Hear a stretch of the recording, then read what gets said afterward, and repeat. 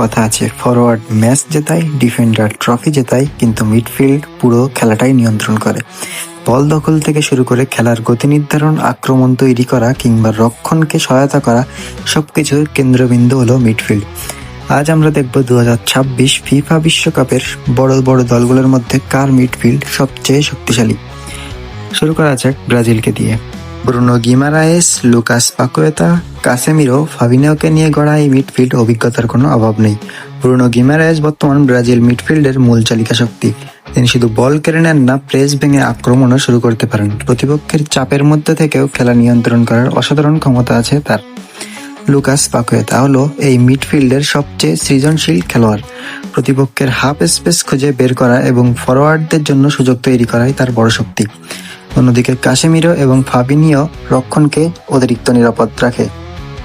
Argentina Alexis Mac Allister, Enzo Fernandez, Rodrigo De Paul ও Leandro পারদেসকে নিয়ে গড়া এই মিডফিল্ডের সবচেয়ে বড় শক্তি হলো ওয়ার্ক রেট। ম্যাক অ্যালিস্টার এমন একজন মিডফিল্ডার যিনি রক্ষণ এবং আক্রমণের মধ্যে নিখুঁত সংযোগ তৈরি করেন। ম্যাচের গতি বুঝে খেলা পরিচালনা করার ক্ষেত্রে তিনি অসাধারণ। এনজো ফার্নান্দেজ গভীর থেকে খেলা তৈরি করতে ভালোবাসেন। তার পাসিং রেঞ্জ এবং ভীষণ আর্জেন্টিনার আক্রমণকে অন্যমাত্রা দেয়। ডিপল দলের ইঞ্জিন হিসেবে কাজ করেন আর পারদেস রক্ষণভাগের সামনে দেয়ালের মতো দাঁড়িয়ে থাকেন। এই মিডফিল্ড হয়তো সবচেয়ে ঝলমলে নয়, কিন্তু সবচেয়ে পরিশ্রমী মিডফিল্ডারগুলোর একটি। Portugal Vitinha, Bruno Fernandes, Joao Navas এবং রুবিন নেভাস। এই মিডফিল্ডের মূল তারকা নিঃসন্দেহে ভিতিনিয়া। পিএসজি এর হয়ে চ্যাম্পিয়ন্স লিগ জয়ের পথে তিনি ছিলেন মাঝমাঠের সবচেয়ে গুরুত্বপূর্ণ খেলোয়াড়দের একজন। বলের উপর তার নিয়ন্ত্রণ এবং প্রেস এড়িয়ে যাওয়ার ক্ষমতা অসাধারণ।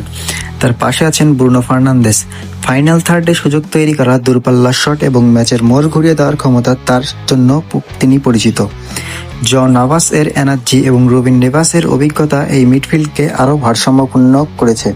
সৃজনশীলতার দিক থেকে পর্তুগাল বিশ্বের অন্যতম সেরা মিডফিল্ড। ফ্রান্স চুয়ামেনি, জাইরে এমিরে, এনেগোল কান্তে, আদ্রিয়েন রাবিয়ট। ফ্রান্সের মিডফিল্ড মানেই শক্তি, গতি এবং নিরলস পরিশ্রম। চুয়ামেনি পুরো মিডফিল্ডের ভিত্তি। প্রতিপক্ষের আক্রমণ থামানো এবং রক্ষণভাগকে সুরক্ষা দেওয়ার ক্ষেত্রে তিনি অসাধারণ। কিন্তু সবচেয়ে বড় আকর্ষণ ওয়ারিয়েন জাইরি। পিএসজি এর হয়ে দুর্দান্ত মৌসুম কাটানোর পর তিনি এখন বিশ্বের অন্যতম প্রতিভাবান বক্স টু বক্স মিডফিল্ডার। বল কেড়ে নেওয়া থেকে শুরু করে আক্রমণে যোগ দেওয়া, সব জায়গাতেই তার প্রভাব দেখা যায়। কান্তের অভিজ্ঞতা এবং রাবিয়টের ভারসাম্য এই মিডফিল্ডকে আরও শক্তিশালী করেছে। শারীরিক ক্ষমতার দিক থেকে ফ্রান্স সম্ভবত বিশ্বের সবচেয়ে ভয়ঙ্কর মিডফিল্ডের একটি। England Declan Rice, Jude Bellingham, Kobbie Mainoo, অ্যাভারেজি। ডিক্লাইন রাইস বর্তমান বিশ্বের সেরা মিডফিল্ডারদের একজন। ট্যাকেল, ইন্সপাইরেশন, বল প্রোগ্রেশন সব ক্ষেত্রেই তিনি অসাধারণ। আর্সেনালের সাফল্যে তার ভূমিকা ছিল বিশাল। তার পাশে জুড বেলিংহ্যাম এমন একজন খেলোয়াড় যিনি মিডফিল্ড থেকে ম্যাচের গতিপথ বদলে দিতে পারেন।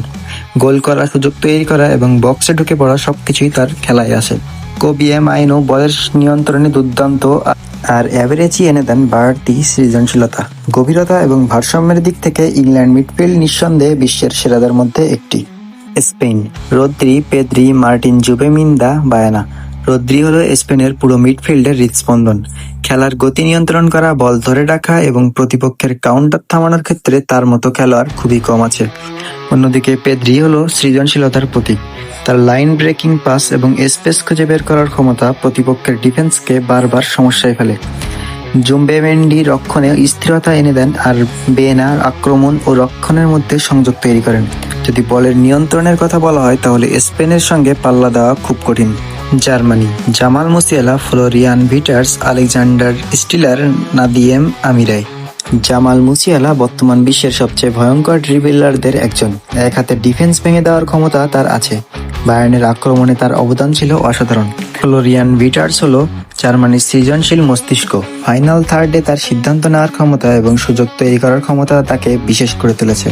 আলেকজান্ডার স্টিলার নিচ থেকে খেলা গড়ে তোলেন, আর নাদিয়েম আমিরে অতিরিক্ত আক্রমণাত্মক শক্তি যোগ করেন। বর্তমান ফর্ম, সৃজনশীলতা এবং ভারসাম্যতা বিবেচনা করলে 2026 বিশ্বকাপের সবচেয়ে শক্তিশালী মিডফিল্ডের ভিতর জার্মানি একটি।